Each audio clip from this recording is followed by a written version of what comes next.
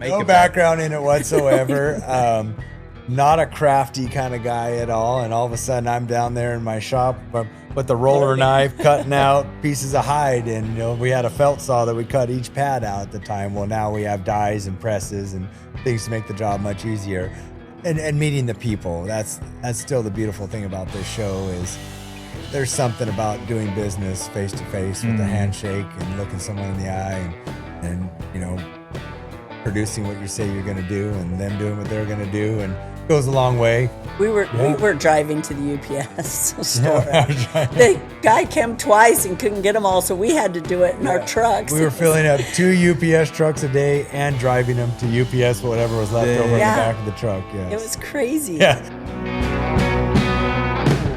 Welcome back to the Wealthy Cowboy Show. We're back here in the Brand Cowboy showroom at WESA in Dallas. Check out Brand Cowboy if you need any merch, apparel, anything like that.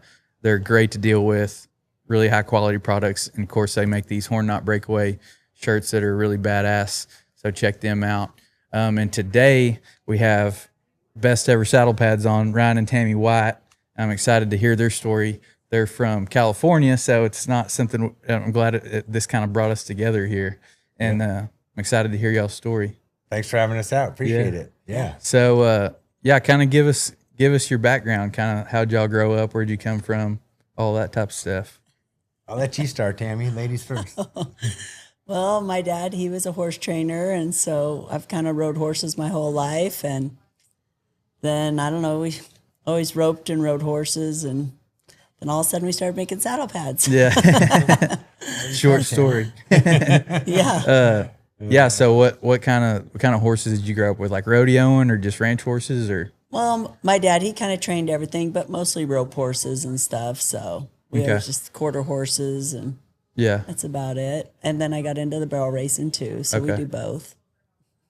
What about you? I actually grew up on the Big Island of Hawaii. I was actually born in Southern California. Family moved there at a pretty younger age, and moved on a small ranch there on the Big Island, and in a big ranching community. The Parker Ranch kind of surrounded us. That's what I was going to say. There's a big ranch. There's a lot of big ranching. People don't realize that in Hawaii, but ranching is big, especially, Big Island, Maui. And so those were kind of my cowboy roots, were definitely growing up on the Big Island. Is it anything like way different, or is it pretty much the same concept, or just that you can surf every afternoon? Well, that was my other love and passion in life is surfing. So being close to the ocean and growing up in Hawaii did go hand in hand with me for sure. Those are my two loves in life. But it's funny, people ask that. I have, being a cowboy is being a cowboy. You got to do the cowboy work. However, you got to do it. That's what I always say. Like, no matter where you're working, if you're in Central Texas, East Texas, I worked in New Mexico and Florida. It's like you gather the cows, put them in the pen, you sort them off. There's only so much you can do. The beautiful thing about Hawaii is normally we've had some dry years, but we get an abundance of rain year round, especially up in Waimea and the mountains there, and so. You can just run so many, right? You can run more in less acreage normally there in Hawaii. So the only problem is sometimes raising the cattle, you can't get them to capacity weight like maybe you can in California or other places where the feed's a little stronger. So a lot of times they go to feedlot, at a younger age so they can put the gain on. But getting to a 5 weight is it's a beautiful thing, raising them there in Hawaii. And so, that was a lot of my cowboy roots. Grew up rodeoing there. Was part of the first ever Hawaii high school team that came to Pueblo, Colorado and competed. And then moved to California, went to Cal Poly San Luis Obispo, rodeoed there as well. And did you just team rope, or what did you? I just team roped when I was there. Yeah, I grew up calf roping, double mugging. They have an event in Hawaii called the Po'owayu, which is our similar event to steer roping, where you basically tie a steer to a Y in the arena, emulating a tree, roping wild cattle and tying them to a tree, which is always a favorite event. I've heard of that in South Texas, like you yoke them to it or whatever, and I can't remember. I've always wanted to bring that to the mainland to ranch rodeo as a ranch rodeo event, but I've heard of it. I don't remember where it was, but somewhere like further south in Texas, I've heard of somebody doing that, but I've never seen it. I've just heard about it. I don't remember the place or. Didn't they try at Reno Rodeo or something? No, they double mugged, but they brought double mugging over for sure. But different variations of that. So is there like cowboy in Hawaii? Was it like, are there a bunch of wild stuff? Like, are you going and catching a lot, or is it? Real quick, if you're a listener of this show and you're serious about leveling up your income, your mindset, and your life in 2026, you need to join the Wealthy Cowboy VIP community. It's where the real action happens. You'll get exclusive discounts from our sponsors, VIP merch deals, early access to episodes, private Q&As, and I even pull questions from the group to ask our guests on the show. It's a crew of driven Western people pushing each other to grow. The link is in the description. Go join now and see what's happening inside. There are a lot of wild cattle. I was never really too involved in roping wild cattle, but I do have friends that do it and still love to do it to this day. So there is a lot of that. Some of the bigger ranches, I used to go work with a friend on the Pu'awawa Ranch on the Big Island, and their cattle were wild, man. It's funny. We'd get roping steers from them, and you turn them out to run them through, and they turn around and come back at you. So I was like, I don't know how this is going to work. It's harder to rope them when they're facing you. So we started raising our own roping cattle over there. My dad loved to rope, had a passion for it. We moved to Hawaii. They rope generally muley cattle. They ship a lot of their cattle on boats, so they never wanted horns over there. And my dad wasn't fond of roping muleys after roping horns his whole life, so he said, heck with it. I'm going to start my own little herd. He did it just kind of for fun, and built up a herd of longhorns, and eventually kind of brought in some Coriani bulls. And before long, we went from just kind of having some cattle to have fun to putting on ropings at our place. And so grew up doing that as well, and putting on a lot of team ropings on the island of Hawaii. And the USTRC was brought over there, and we were the first ones to put on the big ropings there. So anyway, and then fast forward and came back to California and met Tammy and started raising a family and starting this business. And this is where we are today. Yeah, I think it's always interesting. I know we're spending a lot of time on the Hawaii part because it's just really interesting. It's something I've never experienced. Talk about that all day long. So it's cool. What kind of what was mainly like? What's the main breed over there? Is it something with some ear on it, or is it like just an Angus influence? Honestly, the Parker Ranch, it was all Hereford cattle. Okay. They raised all Hereford cattle, but over time, the Charolais was introduced. Some of the drier areas, you'll see, the Bramer and Simmental and that type.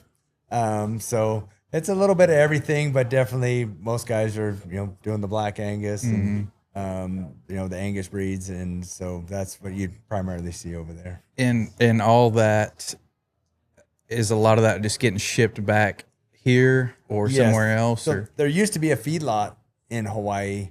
Unfortunately, it became more expensive to ship the feed because you can't grow the corn and things you need to for the feedlot there in Hawaii. So it was actually cheaper now to send the cattle this way. So most people are sending their short yearlings over and going straight to a feedlot, and or they get pastured over somewhere, a lot of times in California. But my good friend that is raising cattle has been shipping some to Texas now. So getting a better price for his cattle here at the feedlots in Texas. Cool. Yeah. It was interesting. It's funny. I've helped on a deal 2 or 3 times, and I don't think they're doing it anymore, but are not at the same spot anyway.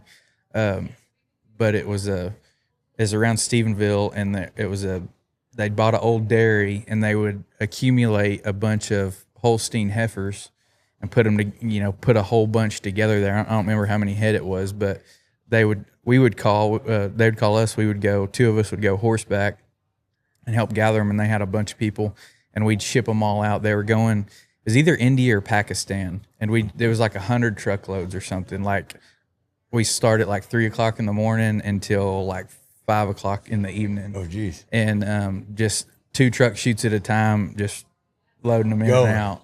And they were running to Houston, to the port down there, and they're loading them on a boat and going to wherever it was, India or Pakistan or somewhere over there. And the Holsteins over there. Yeah, they would always have some like straight gray brimmers too. They'd have like a handful of those that they would send.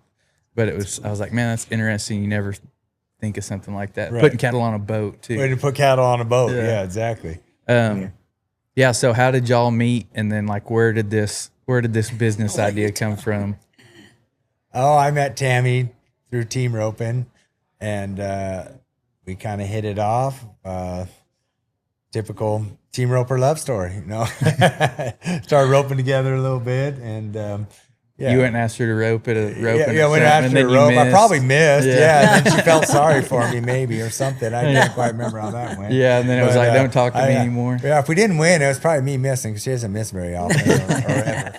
But yeah, we started dating, and we were together all the time. And then actually, a good friend of mine from Hawaii, Ross Farias, we were good roping partners and friends, and he actually lived on the place, and we were roping and riding horses, and kind of helped me with building my place up at the time when I found a place where we're at there in Los Osos, and had an idea with the pads, and we kind of tinkered around with it. And then, over time, it just ball just kind of kept rolling and kept it kind of going, and reached a point we were always kind of helping people with their roping, giving lessons, and maybe, riding a few outside horses. And I found out, man, my body can only do so much of that for so long. And so I started putting more effort into the business. Got a great associate, Gabby Kalinka, used to be Gabby Sowden. But anyway, she came in and really helped me with my business. And we decided, hey, let's put our head down, try taking it to the next level. And we've been very blessed with how it's grown over the last 24 years now we've been doing it. So, that was kind of the small evolution, building them right there on my place. We have a shop, and started right there within our shop, and still are right there today. Open up the shop door and you're looking at our arena. So I sometimes laugh because we've reached a point where we're recognizable in the rodeo industry, and we go to these big shows here or Vegas, and people want to talk to us. Oh, well, back at the factory, and I think they might envision some glamorous, factory when it's just an oversized barn that I created my business out of. And like I said, you walk right outside one door, horses. Tammy's got her tack room and her horses, and I can look out my window and watch everyone rope. So anyway, it's pretty neat. Yeah, that's cool. But it's awesome to have your business right there on your place, and that's kind of where we are today.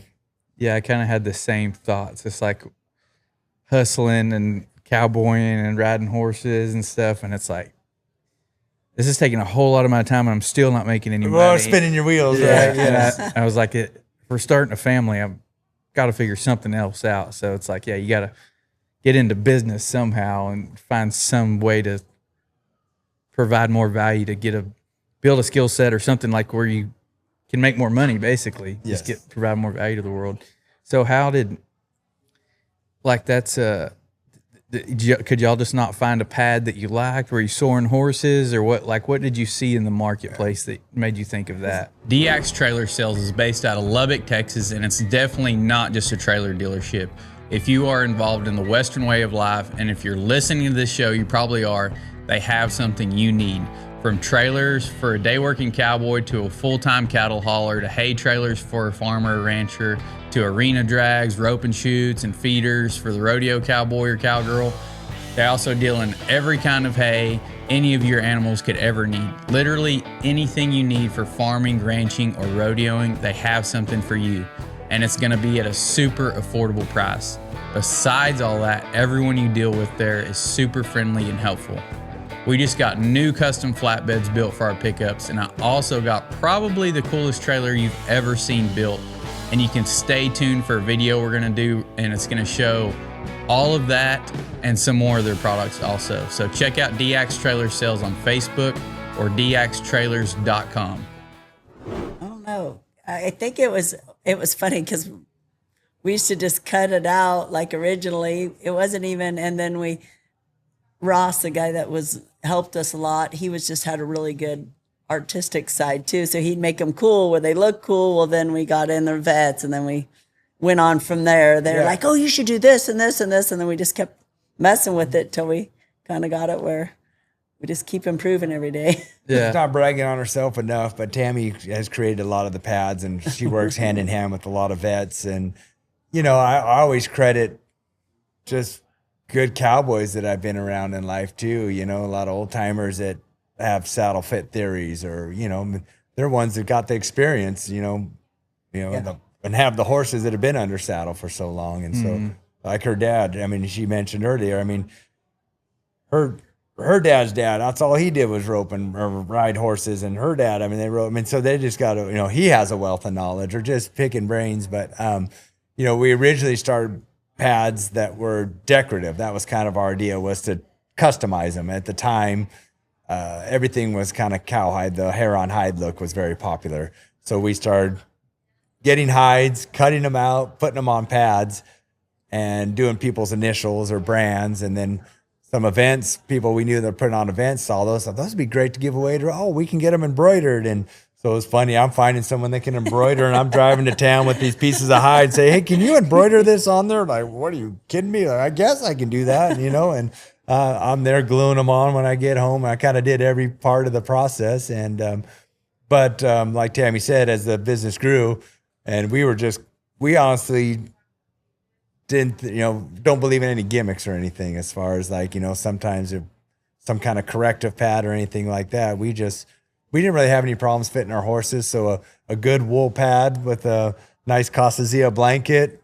underneath and good fit and saddle. And that's kind of was what most cowboys still use today, or were using then. Mm-hmm. So that was kind of where we all started with it. But as time progressed, we realized, you know, people are coming to us, and we're realizing, shoot, you know, we need different thicknesses. We need, these horses with higher withers, or horses with no withers, and, you know, running into all these saddle fit issues. And like I said, Tammy spent a lot of time studying we learned a lot. And, you know, a lot of times it's trial and error. And so just got into it, and you started learning. Yeah. And they were flying people in for me to talk to and learn. And I got to go. I have a couple of vets really cool, and she had all these saddle fitters, and I was just like, oh my gosh, I didn't know. I never had trouble. Yeah. But now there's a lot of horses that, you know, were born with like kissing spine, like that's, you know, kissing spine. So then we went into that, designed a pad for that. And then horses that, are actor feed. And I didn't even know horses get scoliosis, but I learned a lot fast. Yeah. So I don't really know what all goes into making a pad. Like, was there any background in, is it like sewing, or like what, did you have how did y'all know how to make a pad? No background in it whatsoever. Not a crafty kind of guy at all. And all of a sudden I'm down there in my shop with the roller knife cutting out pieces of hide. And, you know, we had a felt saw that we cut each pad out at the time. Well, now we have dies and presses and things to make the job much easier.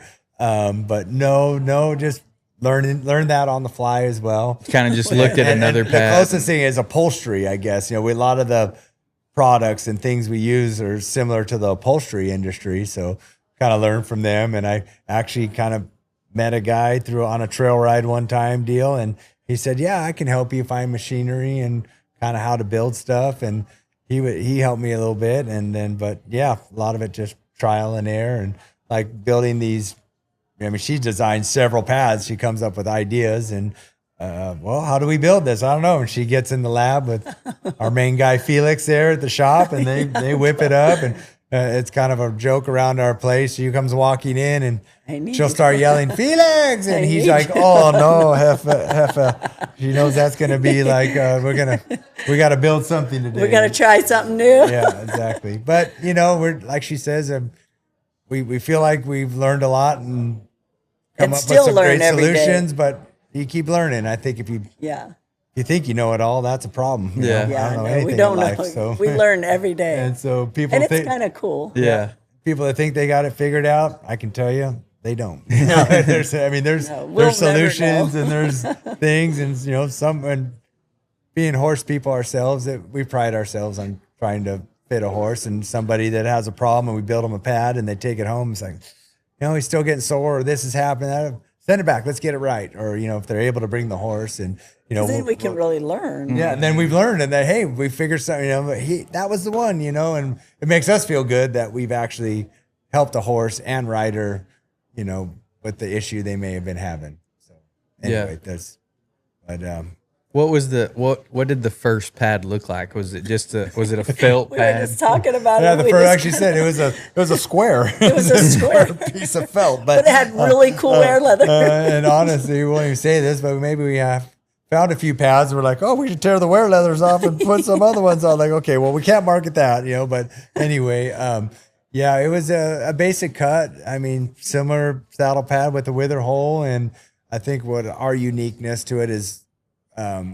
We wanted closer contact with our legs, so the bulkiness between the legs. So we have a cutout that allows the legs kind of a closer contact to your horse. So that was our original design, and we've actually stuck with it. We've got some variations of it now, but honestly, it's funny because, like I said, we cut it all out with a felt saw back in the day, and there was a piece of wood that was our die.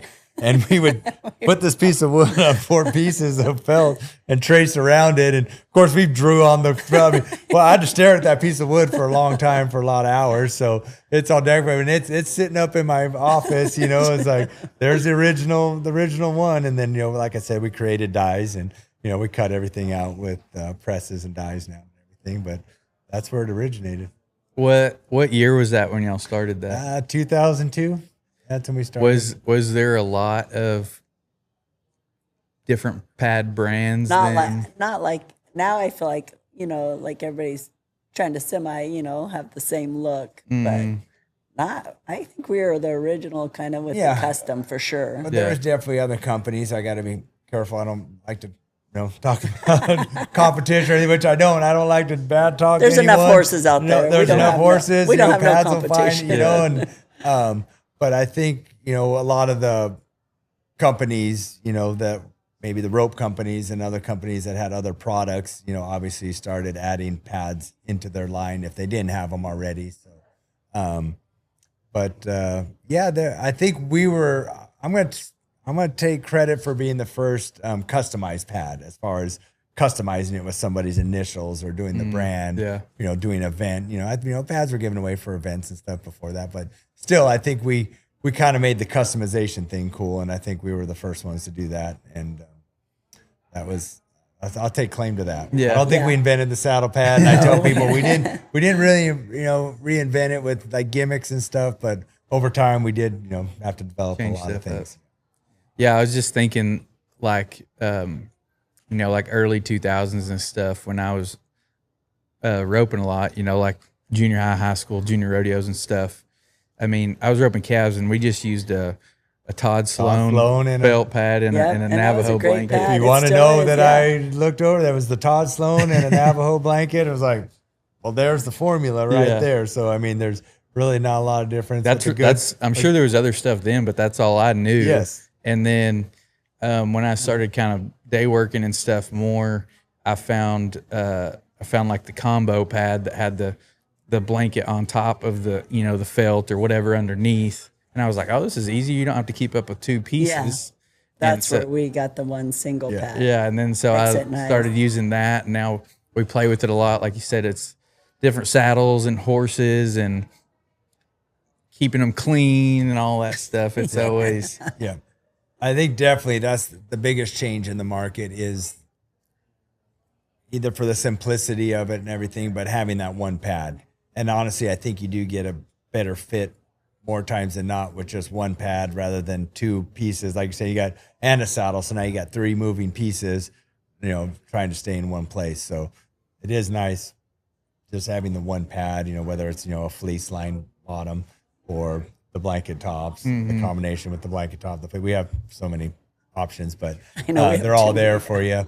But and it's funny because some people I got some old cowboys that still want to work. One that's funny is 3-time world champion Jay Corkio. He's been riding our pads since day one and been one of our greatest endorsees, if not our best for sure. I mean, he left out rodeo and 18 years old, one of our pads, and I've never seen him not ride anything else, and that's kind of a neat thing. But he still wants to ride that pad and a blanket. I think that's what he rode it. And it works for him, so go ahead. I said, hey, I'm not going to tell you how to do anything because it's working for you. But he did have a horse that he was trying to fit. And I said, okay, I'm going to send you this pad. You got to do me a favor. I said, leave the blanket off. Just use the pad. And he said, can I do that? Like, is that possible? It is possible. Trust me. And then he's like, oh yeah. And it solved whatever issue he was having with the horse. Yeah. And it's funny because he's had a little issue with his yellow horse recently. And he said that pad that I gave him, several years ago for a different horse, he found it in the tack room. He said, that's the one. So Tammy developed a couple pads for him, for his horses this year. And he just texted me yesterday. He's like, so should I put a blanket under this one? And I made it where he could do either. Yeah, you can do either one. All right, whatever you want. But I just think it's funny, But I think like for the simplicity, most people have just really gone to the one pad. Yeah, deal. it seems to be the most nice. popular Yeah, now. especially in the arena. It's just you're out easy. cowboying it, and even then, when you got a pad and a blanket, and you've rode over a few hills, and all of a sudden you look back and your blanket's sliding out the back or something, So, but it depends on the horse's build, obviously. But Yeah. yeah. Yeah, so I'm guessing you started small. You kind of just did it on your own horses, tested it a little bit, and I mean that sounds like a really good testing center, development center It that y'all is. have at Yeah. your factory there. Okay, quick pause because I want to tell you about an opportunity to join a team that's doing things different in the Western world. If you're the kind of person who actually cares about your work and you're tired of the whole "thank goodness it's Friday, oh great it's Monday" routine, this one's for you. Brand Cowboy is growing fast, like really fast. They design and build apparel for some of the biggest names in the industry. National Roper Supply, Murdoch's, Classic Equine, Best Ever Pads, Smarty Roping, just to name a few. And they're also the folks behind Horn Knot, the Western performance gear you've probably seen me wearing on the show. What stood out to me about these guys is the way they think about people and business. They're laser focused on building brands that empower people, and they're only hiring high performers. The kind who own problems, communicate clearly, keep a good attitude when things go sideways, and genuinely love the Western industry. Their goal, they've straight up said they want to be the Chick-fil-A of the Western world. Legendary service, real impact, zero excuses, laugh if you want, but watch them deliver. Okay, maybe minus the drive-through and fried chicken. They've got multiple openings right now in marketing and sales. So if you're looking to level up personally and professionally while working with top Western brands, this could be a great fit. Check out brandcowboy.com/job openings for all the details and how to apply. Just know these roles are in person at their Stephenville, Texas location. We have, at our place we have 20 head too, Yeah, so between we ride 20 all the time. But now I have a lot of people that test them. Yeah. Yeah. It is nice that we have friends like Andy Holcomb, like I mentioned, Jade. Here, try the this was a little experimental that we sent him these pads, and Yeah, he these said are the one new where one Jade has. He's still testing them out because he was. But anyway, So I might have a new one coming out. might have a new one. Yeah, there it Yeah, is. another one. So how did it evolve? Like with that felt, the first just simple one, and you're kind of customizing just the leather on there, I guess. Yes. And then what was the next thing? It was like, did somebody come with you? Can you do this or build up? Did we do the build up next? The second pad I think was the fleece bottom. We named it the Fleaser. Our good friend and great roper Cesar de la Cruz. He was one of the first ones to say, "Hey, I just want one pad. Can we do this? I could put a fleece bottom on it or something." And so I developed it and I named it the Fleaser, kind of after him as a little joke. And so we still call it the Fleaser pad. And then after that, it was your for the gray higher horse. withered ones. I think we made it for Uku, so we Yeah, called it Boss I had a head Hog. horse that was getting older and kind of had higher withers that my dad rode too, and it was actually his horse. But anyway, and we started messing with build-ups, kind of shims built into the pad, and had some good luck with it. So we developed that one. It was the BHS special, which It was his. my nickname's Boss Hog within our business. Within our I guess because business, I so like we to count called the it- money, like old Boss Hog did back then. For you younger guys, might not know, but Duke's a hazard. But so I'm Boss Hog. So that was the Boss Hog special that I developed. People, BHS, does that stand for bio horse? That's the Boss Hog special. But anyway, anyway, that one, and then Tammy's developed several, and then. A lot of it's a combination of the different pads we have, with just depending on thicknesses, as well as, combining with the fleece bottom, or even we've really found that our blanket top pads just They seem fit, and it took forever forever to make that She pad. developed that Forever. one. He was almost telling me to give up. Yeah, we almost gave up on it. We were trying to figure out how to sew it and everything. We won't want to give away our trade secrets here, but I think everyone's seen it. But anyway, Yeah, now the way it's she out. builds it, just we really find that it just form fits a horse really well, and it's got kind of a different contour in it, and that's been a great pad for us recently. Yeah. Yeah. Did you like what was the plan starting out? Was it like this is kind of just a little side hustle, extra We never income? had one. We didn't have a plan. It Yeah. just like it's followed us now. Yeah, like I said, I honestly had no inclination it would be to the point that it is we now. never thought we'd be saddleback. Kind of a funny joke. My shop that I say that the factory is still in, it was just a great shop. So of course we had the rope and dummy in there in the wintertime, so you could rope the rope and dummy, and we actually had a basketball Yeah, we hoop had up there. and a We used to have skate. We had a games. skate ramp one time. Yeah, for the our boys kids. were into skateboarding, so they could still skateboard in there, and I'm building a few pads on the side, and then was they're fun. staying busy, and friends come over for Santa Maria Rodeo. We had some great basketball games in there. was awesome. So my friends come down, and they're like, "What? No You can't even basketball?" I'm walk like, in no, here. you can't. You either. can't But even the get hoop's in. gone, and the whole shop. I mean, we've outgrown it and rebuilt it, and still outgrown it again. So We just keep outgrowing it. and we did. I honestly never thought it would get to that point. Was but that shop? Was it? Did y'all just already have that? Or It was Yeah. already there. Okay. I always thought it'd been good for a business, and like I said, I'm a surfer too, so I had a buddy that wanted to shape surfboards in there, and Something like that. That's too stinky and messy. I don't think you got fiberglass and all that. I don't think we want to do that. And kind of was obviously just a shop warehouse too. I mean, for the ranch warehouse, I should say, and keep all the stuff in there. And yeah, I used to be able to park my tractor in there and all No, that. you- And yeah, you now it's can't. just rolls of. We can't even felt. park the tractor anywhere. Yeah, that's what I've seen. And, Was, and honestly, it never. Was the plan, and so yeah. And there's 15 workers in there all the time. yeah, It's Yeah. that's what I've seen with garages or shops or any building. It's like you do it for one thing, and then it is quickly just overcome with Yeah. stuff. It's- Yeah, no, and it's great though. It's Like I packed. said, It it's is. It's been good. awesome to be able to have my business right there at Yeah, home. it and is be able to nice. stay close to my family and horses, and kind of self-contained in some ways with everything. Not having to drive to work or go places other than these shows and stuff. So it's So was it pretty just y'all just kind of like word of mouth, like y'all were going to ropings and stuff, your friends like, oh yeah, can you build me a pad, or how did? yeah. started. That's kind of how it started Yeah, a little bit. Loaner, having friends ride them, and kind of a funny story. Ross and I, when we made a bunch of pads, and back then I think we made 20 I think pads, and that was a lot of I always pads think for it us. was, only 10, but it might have been 20. Well, I'm going to go with 20 in the story. I embellish stories over time, but we're going with 20. But anyway, we built these pads, and we were entered some West rodeos. We're all excited. We're going to Caldwell Rodeo, and I think Canby and a few others that run through Pendleton. And Ross said, yeah, a couple of those guys, the Tryons were checking my pad out, and they were asking about it, and a couple of the other guys. And, all right, yeah, let's take some up there. We're gonna sell them, and we're just getting started. We just actually we kind of like come up with the idea of starting the business then, and so we had 2 big Tupperware things full of pads, and we're driving out there, and we're gonna take the world by storm with these pads and everything. And we pull up at the rodeo Caldwell. And some of the guys are there. We pull up, and there was like Travis, I think, and Clay Tryon. They were like, "Hey, did you bring us?"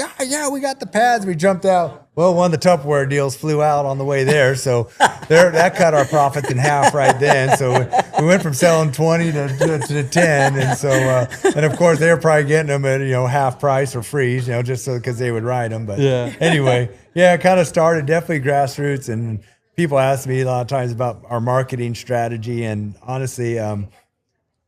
Maybe some of my other guys don't want to hear this, but more than we did the print advertising and all that. Of course, that's how you reach out to the public, but really getting people underneath our pads, riding our pads, and hey, let's give one away to him. Whether he's a horse trainer or he's a guy good team roper or NFR guy, and we were fortunate to have a lot of friends that roped as well, and we were still competing, and here, try this pad. Oh, I love it, and I'm going to tell so-and-so. And then I think the word of mouth thing, and what I call kind of my grassroots marketing strategy. And they're good. Well, and they continue riding them, and then maybe get someone in the family riding them. And obviously just with time, we've been Yeah, it's got to across be a the good country. product first, it's- but yeah, that's then, what- then We you got to try. go get It's it, good. get it in Yeah. people's hands, Yeah. get people to. No, that was big. They can't say it's not good. I mean, it is. What about like the pricing when you started out? Was it like you're just comparing it to other ones on the market, or did y'all are like, we need to make this much to make it work? Or I don't know if I think we we, ever we're thought trying to about price it so we could sell it probably at the beginning. But good question. you had it at 200 and somebody offered 100. Okay, You're I'll like, sell yeah, this I'll for do it. 150. Hey Ryan, that pad cost you 160 to Yeah. make. Oh, dang, really? I don't know. I lost money. No, we obviously had to start studying our costs and everything a little closer. But yeah, in the very beginning, I think we were throwing numbers out there, whatever we could get didn't for them. know. Oh, it costs this much to build them. All right, well, we'd sell them for that much. And hey, you need bigger margins. Oh, okay. But definitely seeing what the market was out there, and trying to be competitive with them, and but making sure the quality was there. Yeah. And that's kind of to the point of we've improved the wool that we use. We use an F11 pressed wool that we think's really high quality, and so we pride ourselves on the materials we're using. And sometimes it they're might really cost good. a little more, but we're willing to. At first it was like, geez, do we want to cut costs and make a lesser product or improve? And so we went with the direction of, hey, let's make the best product we can out there using the best materials. If we have to use this particular material and it's going to be a little more, let's do it. And if the price, whatever the price dictates for that, we just have to charge it. Yeah. So, but I think we're pretty competitively priced in the market. It sounds like y'all had a demand immediately. Like everybody liked the product. Y'all were doing good. Y'all had good connections in the industry. How long was it? And y'all were like, hey, this is like, Oh, shoot. this could be a business. Yeah. Oh, no, we were like, oh, shoot. It started happening pretty fast. I felt like. It honestly, it did and it didn't. It was kind of what you were talking about earlier, doing a business or doing a work. I mean, it was like anything else I was doing. I was kind of spinning my wheels, or we were, and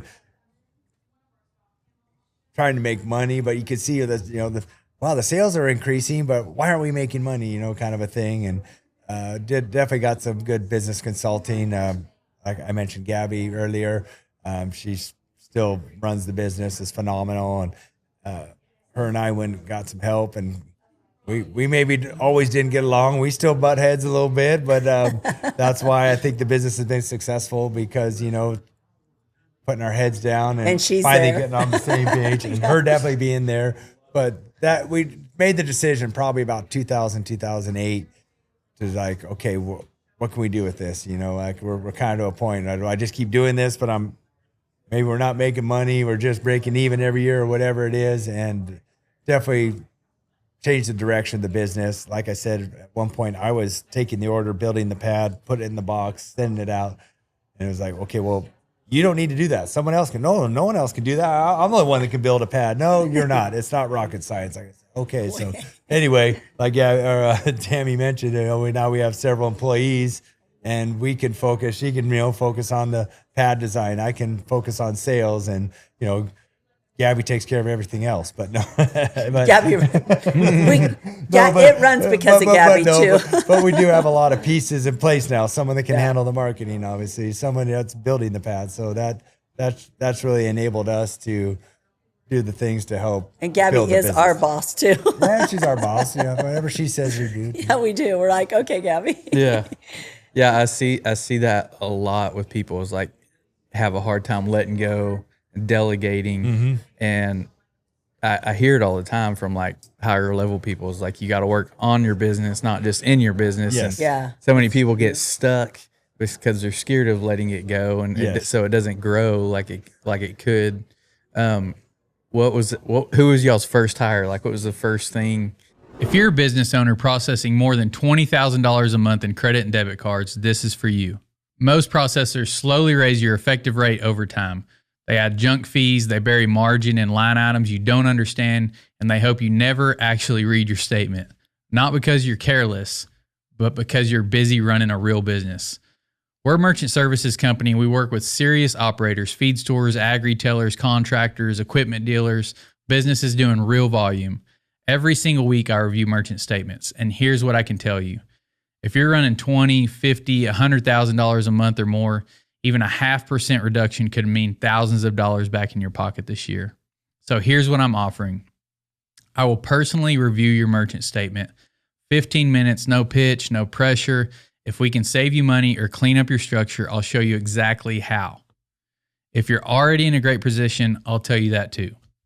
I'm only taking 15 statement reviews this month because I don't outsource this. I handle them myself. If you want one of those spots, click the link below. Upload your statement. I'll review it. If you're serious about building wealth, stop letting your processor be your silent partner. First position hired. We had Gosh, Heather. Heather. And she was really good. She actually lived with us at the time, and she was kind of like Gabby. They're just very business, and like, we're all too nice. So they're ahead of us. They're So they direct, tell us, to no, the you're point. not giving that away. And so that's what they both of them have told, you're way too nice. So, I would say Gabby was her replacement, and then and Heather was really good. She was yeah. with us for 10 years, I think. I think it was that long. I think it was more like Gabby was there 6 years, 5 or 6 years. But And she was just like, and she found Gabby. yeah, she So said, "I it think was this like gal this- could do it." She was She was right. straight out of Morro Bay High School, 18, 19 years old, and put right to it, and really learned on the fly. Yeah. Did a Yeah. great job. But She learned a lot. that first hire, yeah, those two, and then I had someone that I had someone that would sew Felix. our pads, and then it was great. Felix came onto my place one day looking for work, and Tammy says, "There's someone who wants to looking for a job," and he came up, and gosh, he's been with us for 18 years now, and just been phenomenal. But he Yeah. helps with the horses and works He does in the shop. everything. Could do anything. Without from- Gabby and Felix, I don't know if I want to be here.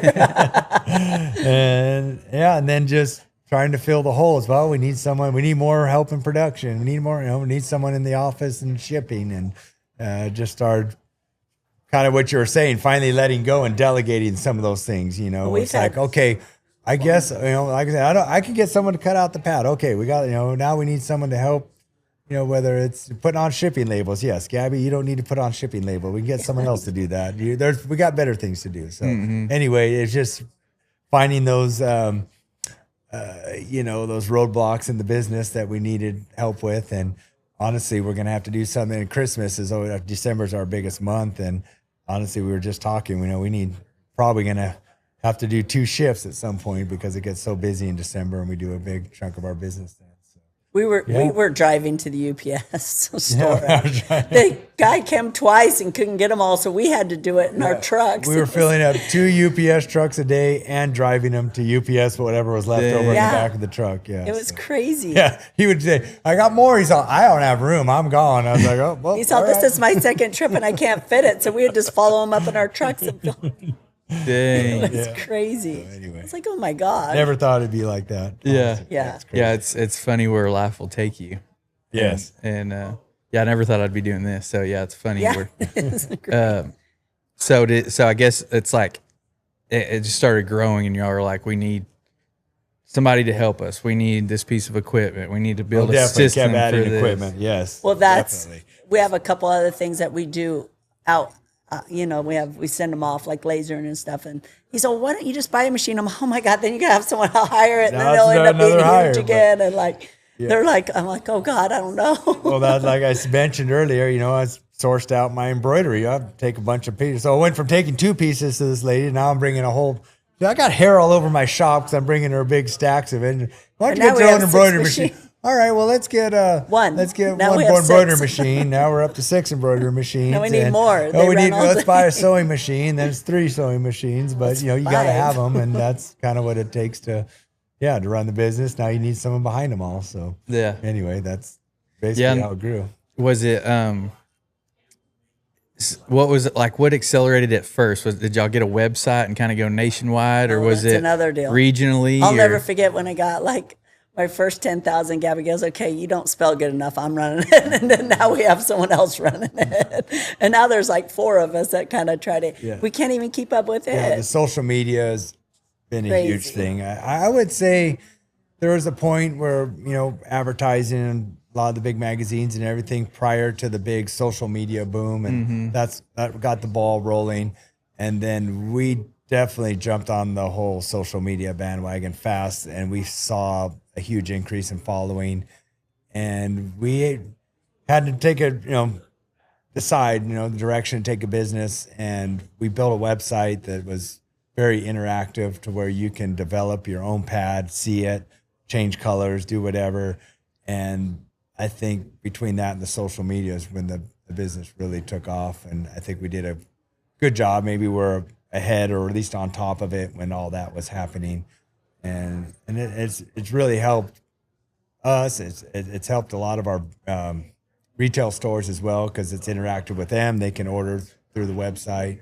And I think that's just obviously how things go today. I mean, you don't need a person at the other end, but I remember how cool it was when we first started coming in, and there's we got email. All right, print them out. And we have a print of orders that happened overnight. People just like, oh shoot, I didn't even have to call anyone, or no one called in. And that really was probably the big change in the business right there. Now there's 3 people that have to get all. Yeah, now we got 2.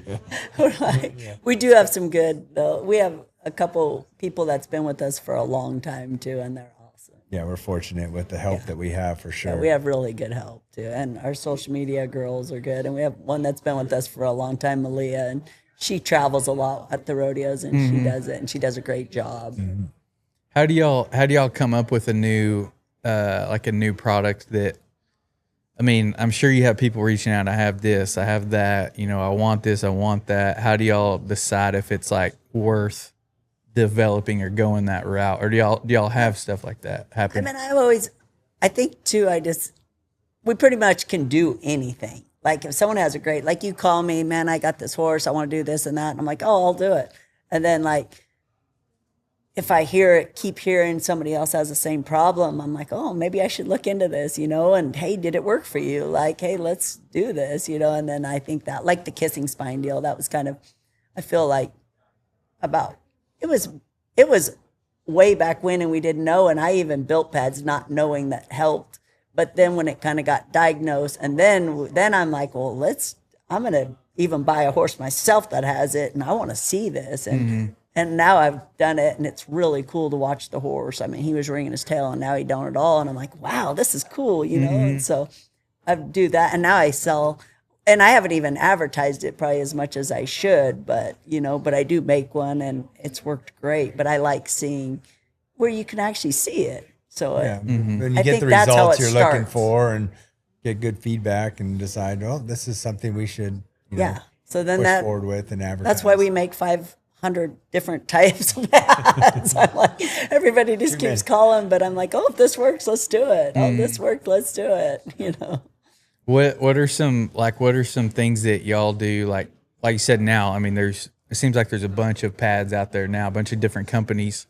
Like, what are some things like that? Like, are y'all like the only one that does the kiss and spine, or some other things like that? We might be the only one, and I can FaceTime. Like, there's a girl in Florida, 2 weeks ago, that called me and was like, man, I got this problem with this horse. He's got, I think it had a cracked rib, and she sent me the x-rays. And so I'm like, well, I'll just pad around it. So I'll do a little fleece around it and like this and that. And she's just like, oh my God, this is amazing, but can I get another one? And I'm like, well, so now I measure everything, because usually they want a second one because she wants to ride one at home and ride one at the show. So now I got to build this.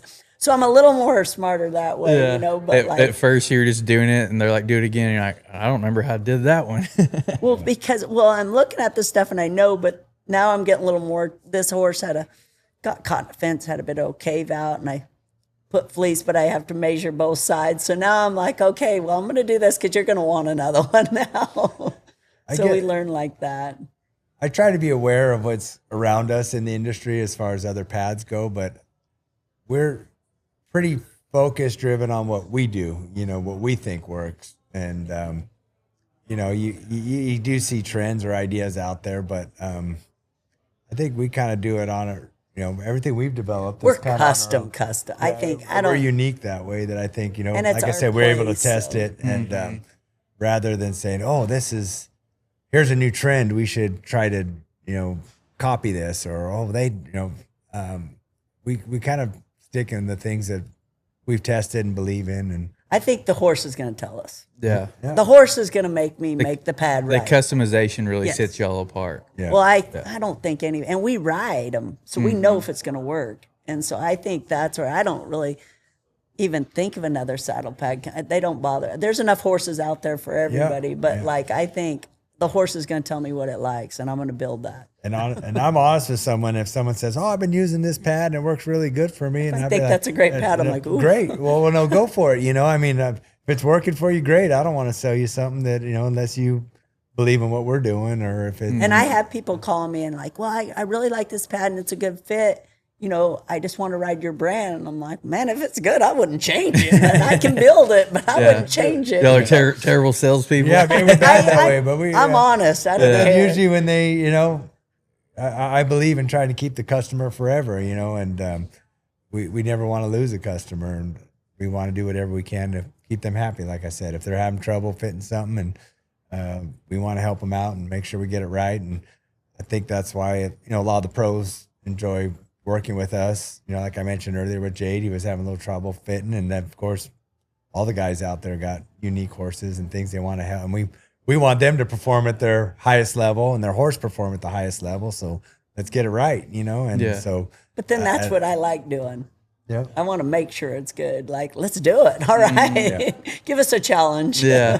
Call you with troubles. All the that's what I get all day. Yeah. I don't mind them. That's what I like. Let me give you Tammy. Yeah. That's all they do. Tammy, this one's for you. Yeah. I think, I mean, you lose control of that if you send it to an actual big factory, and then it's like, then you can't make those little customizations and changes. Correct. It's further down the pipeline, it's kind of out of control if you get, which it sounds like y'all are pretty big. I mean, knocking them out, but you're still able to do the customization. Yeah, we're lucky. I think it is because it is on our place and we are hands-on. Yeah. So we're pretty good about prefabricating a lot of things, so then we could just put the pieces together and build the pad. Like I mentioned earlier, I was building everything from scratch, one pad at a time, but we're able to, kind of prefab pads to then, okay, now we just need to add this insert or add this to it, and, add a fleece line to it. And it enables us to do it at a, pretty quick turnaround time. Yeah. That's kind of like, I had Kerry Kelly on, and he was talking about if you're just hand doing everything, one guy, and then like there's only so much you can do, with your hands. And he's like, so I started focusing on how can I save time, and I started building tools to make the process faster and easier and keep up with demand, and I could do it cheaper, and really just evolving that way with like how can I grow it without taking more of my time, basically. Yes. Yeah. And I see that with that's what any factory is, I guess, is making sure you have a viable product, a really good product, and then trying to cut the process down where you can do it faster and easier and cheaper. Yeah. That's it. And that's where that's what helps the profit margins, obviously. Mm-hmm. Yep. Yeah. At the end of the game, we gotta make some money doing it. You can't do it all for nothing. But, yeah, that's what I always say. I mean, it's a for-profit business. Like we talk about ranching a lot on here, and I'm like, yeah, it's fun to ranch and romantic, but I don't want to do it for free or pay money to do it. Yeah, lose money every year doing it, right? We forget sometimes we're in a for-profit business, so you have to make some decisions a little bit differently than if you didn't care. Absolutely, correct. Yeah. Where do y'all see it growing to? Do y'all think it would ever get to another factory or put some lines somewhere else or something? If you didn't hear Ben Hell's story on episode 69, you need to check it out. He's been earning trust in the cattle industry one handshake at a time since 1995 at Western Livestock. Western Livestock is proud to be family owned and operated now with 5 locations: Oklahoma City, Woodward, Comanche, and Waurika, Oklahoma, and also Knoxville, Iowa. They're proud to do business the Western way with honesty, integrity, and a handshake that still means something. You can join them ringside or stream their sales from wherever you are. Western Livestock, where a handshake is their word, cattle are money, and timing is everything. If you're looking to buy or sell, contact Ben Hale at 940-631-BEEF. That's 940-631-2333. Check them out on Facebook or westernlivestock.com. We're gonna have to get another We factory. might have to.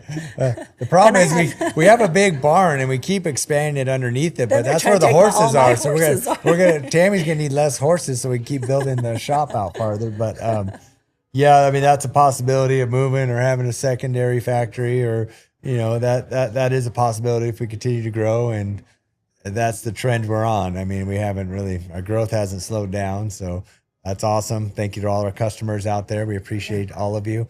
Believe me, you're awesome. And so if the demand's there, we're going to have to do something. Yeah.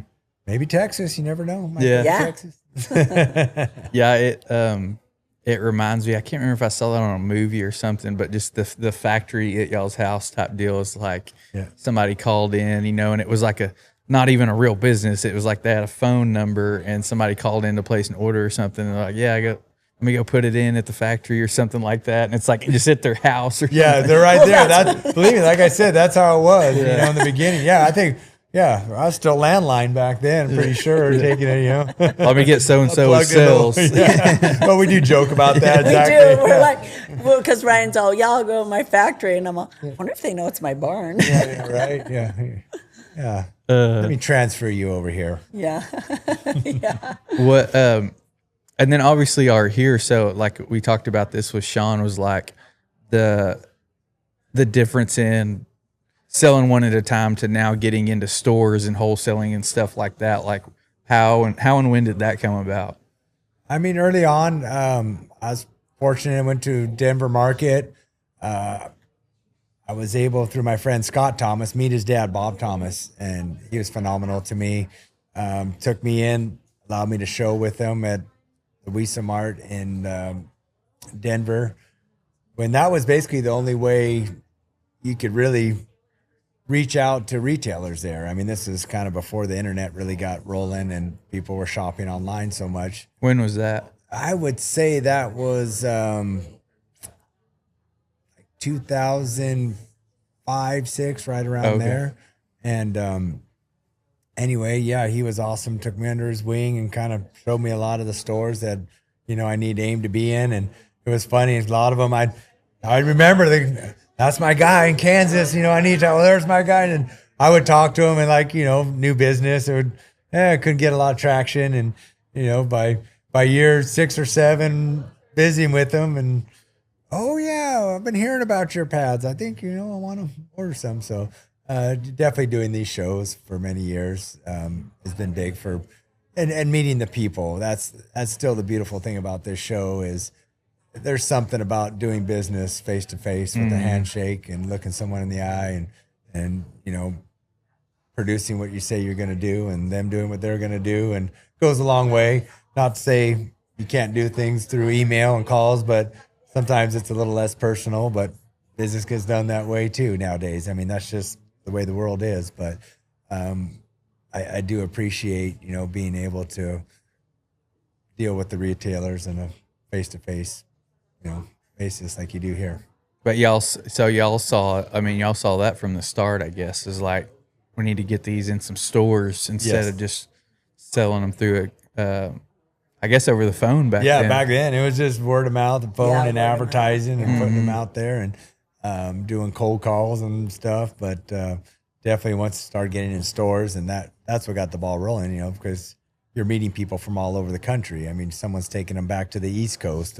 They're going North Dakota. They're going to Texas. So that's just the way to get nationwide that way. Yeah. So when someone actually sees an ad or sees someone riding the pad at the NFR, it's become recognizable when they walk into the feed store and say, "Oh, yeah, there it is." So had that. I seen that pad. Yeah, I think I'm gonna try one. So, yeah, that definitely. And with that, like, did y'all have a strategy there with the endorsements of the? I don't know if we ever planned any of it. Yeah. Honestly, I could say I think all but one of my endorsements, everything's been done with a handshake. I know a lot of guys do contracts and all these different things, and I talk about it if that's something they want to do. I have different deals with a lot of different riders and different tiers, so to speak, whether it's the up and coming kid to, the backyard roper to world champion, and we're fortunate that we had 3 world champions riding our pads this year at the NFR, and we're very proud of that. And I could say it's all been done basically like we were just talking, face to face and with a handshake or a phone call, and we talk to each other and agree to something, and I do what I say I'm going to do, and same with them. So it's But we want them to ride it. I don't want to make someone ride my pad. Right. I mean, they got to Because want they it. want it. Like, and it's honestly, good. I've been very fortunate that people come to me. They've had problems, and one of my riders will say, "You need to try one of my pads," and they'll try a pad and go, "Wow, this is a difference maker for us." And then I get a call. Kind of funny. I think Riley Webb was going down to NRS and buying our pads off the rack. And he's got 3 world titles now, right? You know, I think it was finally this year we're talking to him. He's like, we're just curious where you're getting. Well, I go to NRS and buy them. It's the best pad I can get. It's like, we can help you out, I think we can help you out on this. And so we're kind of, proud to have him kind of come on board. But it was funny Shad that Mayfield too. He had it at Reno. I'm all, hey, if you like that pad, I could probably help you out. yeah, and he's like, I do. And so a lot of our team guys. But it's kind of cool when you see those guys riding them, and I'm like, hey, we could probably help you out a little bit. I know some people. Yeah, I know someone that might be able to help you. Yeah.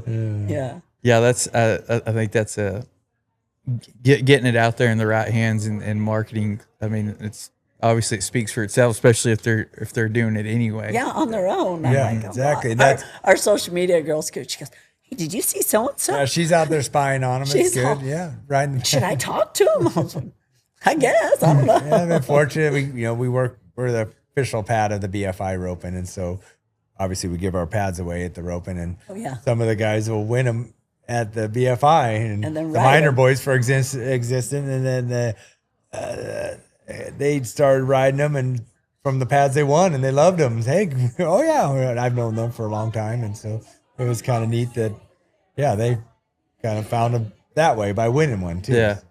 Yeah. That's another. I didn't even think about that. Another great promotion. You said that's kind of how y'all got started, was customizing them for associations. For awards, and stuff. But I was like Pendleton too. Yeah. Yeah, they gave them away at Pendleton And Rodeo. what's name was riding that one at the BFI. Coulter. Todd. Yeah. Yeah. But Did y'all think about that at all, or just people start calling y'all on that, or Well, were they y'all? called wanting them, and I'm all, yeah. but as far as we pro reached rodeo out. I was fortunate to work with Darren Peterson and Corky Allman with the BFI. They've been great to me. They came to me and realized at the time I was a smaller business, but kind of liked what we were doing, and brought me on board. And it's been a great working relationship. So I mean, different events, definitely. I like to work with high school and younger youth rodeo. We're a sponsor of Little Britches Rodeo now, and I think that's the future of the sport too. To get in with the kids and try to support and keep rodeo alive. I mean, too, in our country, and keep it thriving, and hoping that they maybe win a pad or use the pads and continue to use them throughout their rodeo or ranching careers. Mm-hmm. So as far as sometimes they approach us, and sometimes I reach out to ones that I think would be a good fit for us also. Yeah. Yeah. Well, it sounds like y'all, like everything came so easy. There's got to be, was there any struggle in there? Were y'all questioning yourselves at any time? Keeping workers sometimes, that can get a little drama, but besides that, it's all. No, it has gone pretty well. I mean, I think y'all were blessed with it, just developing a great product, and there was just like a immediate demand And keeping for it. that good sometimes. Yeah. Sometimes you'll get a bad roll and you're just like, really? Like stuff like that. But I mean, that's just life. Variations in the material. Yeah, you gotta- we're on consistency. that. Yeah, that's Yeah. a constant battle. And That's a constant. And when the truck comes, we didn't even tell you how much work's in it. When we see that truck, we're like, oh no. Yeah, people- Because we're out there doing it too. my kids and friends all scatter when they see the big semi truck of wool coming, because it's that's quite a chore unloading that. So what does that look like? Oh, my it looks God. like it's they come gnarly. stacked. They're doubled, and so they're stacked in this huge semi, and we have to roll them out by hand. They're not It's a light. lot. Then you have to cut them open. Just a roll of like felt. Yeah, the Yeah, roll and it's felt. They're heavy. big rolls. Okay. They're probably weighing, couple 100 pounds at And least. it's a huge truck, and it's endless, like endless. You like keep thinking it's you're here. getting to the end of it. Yeah, It's about here like to unloading that a that 40 truckload of footer hay. seems like a 100 footer, but whatever it Yeah. is, I don't even know how long And I it is. mean, everybody's just sweating. And I mean, it's work. Yeah, about like unloading a truckload of hay or Luckily, something. Yeah, that's it'd be like unloading a truckload Yeah, of hay by it hand, is. damn near. Yeah, Luckily, we haven't when figured we a better were- system. When but- we were here, I guess it came, and I was Yeah. like, oh, thank God we missed yeah, it. we timed that one good. We timed that real good. Yeah. Yeah. How is it sourcing? Like, where does that stuff come from? Running a ranch today means managing far more than cows. You're balancing multiple enterprises, family partners, land bases, leases, inventory, equipment, and markets that move fast. But if your books and inventories live in the checkbook, spreadsheets, or buried inside of QuickBooks, you're always reacting instead of steering the business. Ambrook gives ranchers real managerial insight, not just bookkeeping. See profitability by enterprise or location, know whether hay is paying for itself, whether stockers outperformed cow-calf this year, or whether that rented pasture is worth keeping. Your balance sheet updates automatically and with ag-specific inventory management. You always know exactly what feed, inputs, and livestock you have on hand and what they're costing you. Tag receipts from the feed store, reconcile from the tractor, and eliminate the year-end scramble. Ranchers save up to 90% of bookkeeping time and finally get numbers they can trust for family meetings, lenders, and major expansion decisions. Ambrook is built for ranching complexity, not just generic small business accounting. Try it free for a month at ambrook.com/wealthycowboy. That's AMBROOK.com/wealthycowboy. Our pressed wool is manufactured South America. It can't be manufactured in the U.S. There's no one that manufactures that. Our needle punch wool is manufactured in the U.S. So anyway, we go through distributors for both of them, and they help deal with where it's being made and everything, and directly with the maker. So and then gets shipped to us in those big rolls. Deal with different leather factories as far as getting our leathers, and just constantly kind of looking for new sources always. Know, if you can improve the product, we're all about it too. Is that a huge part? Is it change with different times of year or anything? Like, is that a huge part, getting that material in there? No, not too bad. No, we're able to attain our materials kind of whenever we need We have a them. lot of people approach us trying to. Yeah, and to get I'm us always carry open it. to trying You never know. If new we really like products, and if it something. works, it's great. And Yeah, it's been the same. I mean, the same stuff for ever, I guess. Is there? for the most part, yeah. I mean, is there any way to change it, or is there nothing synthetic or anything out there yet that could compete? I haven't found anything yet that's They can better. come find me though. I'll try it. Yeah, we'll try it. I'm always willing to No, up or learn something or Yeah. feel something better. Or good old natural 100% wool. Yeah. Still seems to be the I don't best. think you're going to beat that. But if there is, bring it on. We'll try it. Yeah, You never know. we've had conversations about that before. Of like, all our shirts and clothes and everything have gotten away from cotton and gotten away from wool.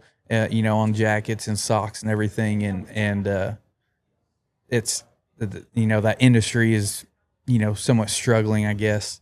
It seems like in here, and so we talk about that. I'm like, I just think like some of this stuff is better. I really like a wool jacket, and Sure. I think those wool pads, there is a spot for it, but I don't know if it's like everywhere or not. Like, I don't know. I like some synthetic stuff. No, definitely with clothing. Yeah. Yeah. yeah. Well, Yeah. you never know. Never know. Yeah. There's It's cool. something out there. I'm sure we'll find it if so. Yeah, Full it's- fit saddle pad. We can get that. It's cool that stayed true to just that. Yeah. That's just forever, I guess. I mean, I don't know of anything like, I don't know how long ago that was that they started using that. I don't know. Yeah, I don't know. Cowboys have used wool for many years, I think. So, Yeah. If y'all could say like success was going to come down to one skill or one trait, and give somebody some advice to work on this, what do y'all think that would be? Ooh, as far as starting a business or something, Just and then- being successful in life in general. Be successful in life.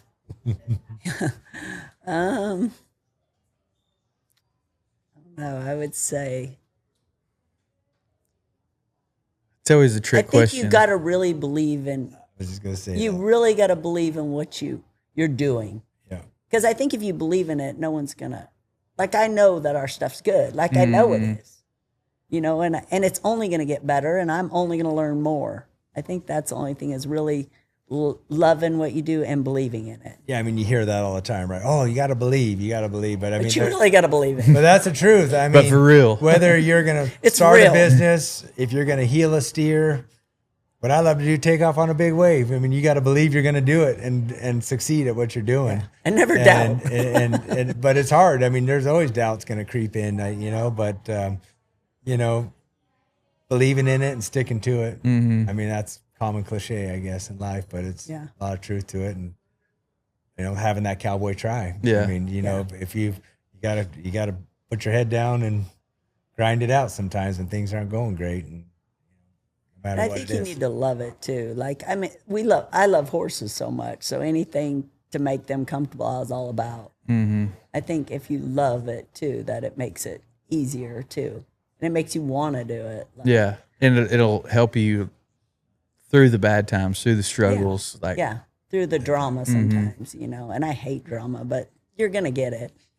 yeah, That just makes you better. yeah. It's funny. I actually interviewed him yesterday. Two guys that were one is a mental Ty Hillman, Stevie Hillman's husband. Yeah, A mental skills performance coach. Yes. And then also another guy on Josh Kirpin that kind of coaches businesses and stuff. But a lot of the mindset part is like, because we always want tactical stuff, but that mindset, that belief is like, it's got to come first. yeah. It's my saddle pads. That's another thing we custom it, and it says that believe, blessed, and faith. That's all. You know, and I put that on every one of mine. Yeah. You got to make it. That's great. Yeah. Cause then You got to have a lot of faith. Yes. You got to have a lot of, and I'm always blessed. You're blessed that's to be able to be there on that horse with that. yeah, every day. Yeah. We talked about that also. Like I saw this quote the other day that was really cool. It was faith will push you forward, push you out of your comfort zone if you have faith. But if you have fear, that holds you back. And you know, it doesn't let you, it controls you and keeps you close in your comfort zone and not stepping out there. Oh yeah. And having that fear, but that faith will push you out there to do cool things. That's true. A lot of truth to that. Yeah. What about advice? Y'all both, I mean, same boat as I was, like not really happy, like realizing you're kind of spinning your wheels, you want to do something else.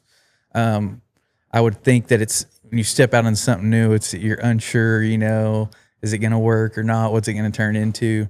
What advice would you give to somebody that's in maybe that same boat? Like they're like, man, I really need to do something with my life, but I don't know what to do. I'm kind of scared to do anything else. I don't know, you know, just stepping out into that unknown.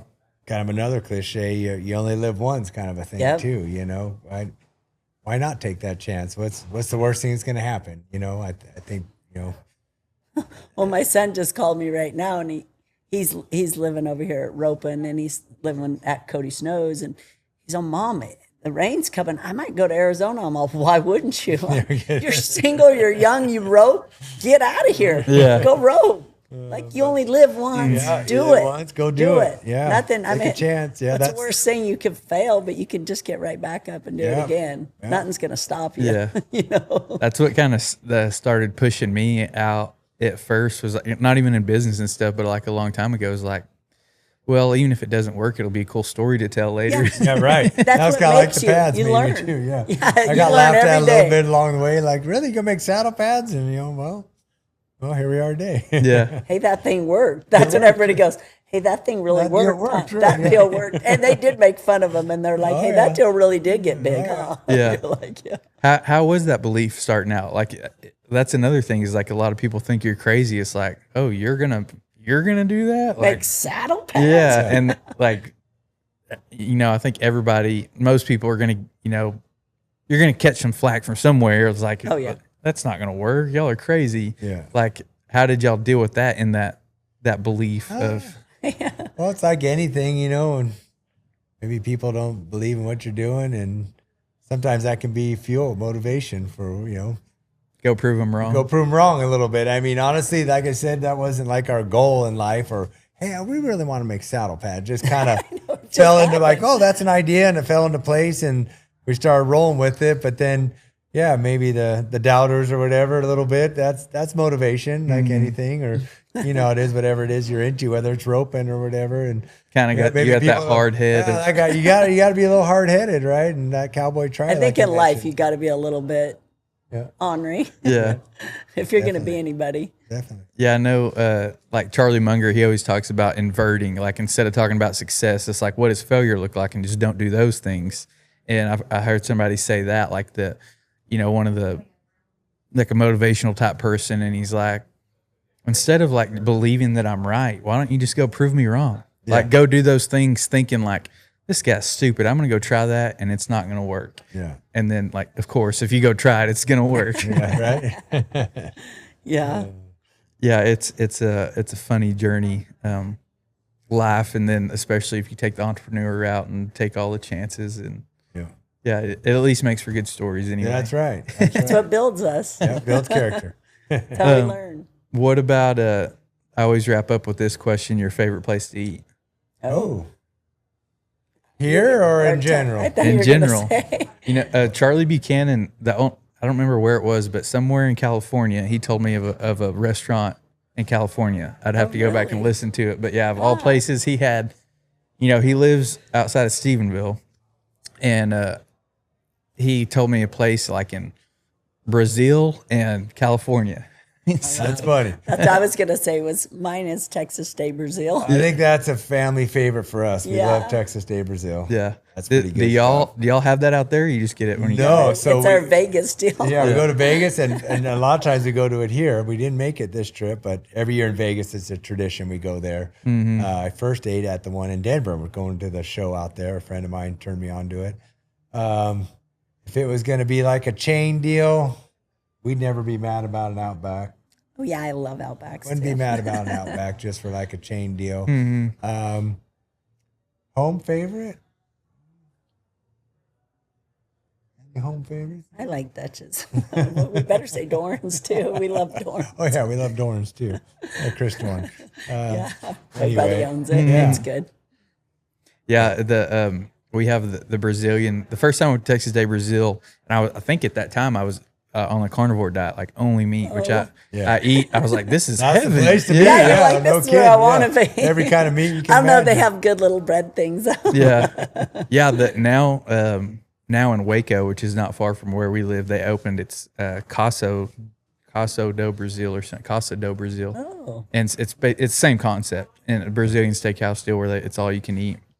And Shady doesn't like it that much, but I love it. Same deal. It's like a kid in a candy store. And I eat other stuff. They have all this stuff on the salad bar. Same well, deal. It's the that's same like thing. that. I mean, I almost like the salad bar as much as all the And then meats too, which I love. my favorite, like for dessert, I don't eat dessert like really or sweets, but the caramelized bananas. Oh, yeah. and then the I love all that. Yeah. the grilled pineapple. Oh, yeah. That's really good. That's all. Yeah. Anyway, so where can everybody find Best Ever? All the socials, website, how do they get a hold of y'all, order? Yeah. Besteverpads.com. That's the website. Can't miss it. We're here at the WISA. We're down on the 11th floor on 1153 if you happen to be in Dallas right now. Otherwise, you catch us at junior high finals and national high school finals. We'll be at BFI. We're also going to be at the Patriot Roping here in Fort Worth next month. I'm sure their local feed stores will probably carry And then them you too. can find us in your all your local stores. NRS. Definitely NRS, Teskey's. Shout out to some of our stores there. Cool Horse here in Texas. There's our Instagram, Best Ever Pads Instagram. Or like Sean said, Snapchat. if they don't have it at the local TikTok. store, they could ask for it. They could dang Yes. sure Y'all ask could for get it. another for it. dealer. Yeah, out there. have your Yeah. local feed store ask for them if they currently don't have them. So, But yeah, we're on all the social media. And We you'll got definitely- TikTok too. and Yeah. you'll definitely find us at NFR every year at the Yeah. Cowboy Christmas Yeah. and the South Point the World Series. Easy to find. Yeah, We're pretty easy to find. Yeah. And if somebody's got a problem horse, y'all Yeah, call customize me, something. or if you have any great ideas, I'm always willing. Yeah. Awesome. Yeah. Yeah. Yeah, well, y'all reach out, y'all check out Best Ever. Like they said, they're in lots of retailers. If they're not around you in a retailer, you can order off the website, call them, order off the website, check them out on the socials, or ask your local retailer to start carrying them. And again, that's what I'll ask y'all too. So we're here in the Brand Cowboy Yeah, Show. I forgot to give my shout out, Brand Cowboy. Yeah. Our hats are our next best sellers Yep. besides pads. Our hats. We do tail bags, halters, other things. Great prize line. Yep. But our hats are our second best sellers. Thank you to Brandon and the crew. They're just taking care of us. We've put 5 new hat sample Yep. orders in. We're Let's wait and excited. see 'em. But yes, definitely, they've done a miracle for our hat business and coming up with great designs for us. So definite shout out to Brand Cowboy for all the great work they do for us. Yeah, that's what I told Brandon whenever I had done like some hats and stuff just with the logo, nothing, just pick a stock cap, put a logo on it. And I told him, I was like, well, I want to do something like cool that people will want. Yeah. And also don't want to have to keep up with the trends. Like it's hard to know what it's going to be. So I just told him we had a meeting and they did it all and came up with some really badass stuff. Oh, and yeah. Exactly. Very I good. just told the We just girls said that that. today when I put the order in. So, would you want a pattern? I said, do your magic. You guys always come up just with do some it. great stuff, and they'll give us a couple great mock-ups, and we'll be able to say yes, yes, yes, no, no, no, and then they make life easy for us on the hats. 'Cause Yes. as Yeah. you know, there's so many different colors and variations. Yeah. And do you go patch? Do you go a lot. embroidery? Do you go and so they make it real easy for us, and not to mention private label our hats for us. So that's been a big boost for our business. yes. And it's great advertising. People wear them. And they're Yeah. advertising for you out there. Yep. Yeah, it's awesome. And they do a great job of it. So. Absolutely. All right. Yeah, so y'all, we're here in the Brand Cowboy room, so reach out to Brand Cowboy if you have a brand and you want apparel, merchandise, anything like that. Reach out to them; they do a great job. Also, the Horn Knot Breakaway shirts. If you want to carry those in your retail location, reach out to them or check out hornknotbreakaway.com. Check those out. But check those out. Check Best Ever out. Share this episode out. We'll see y'all next time.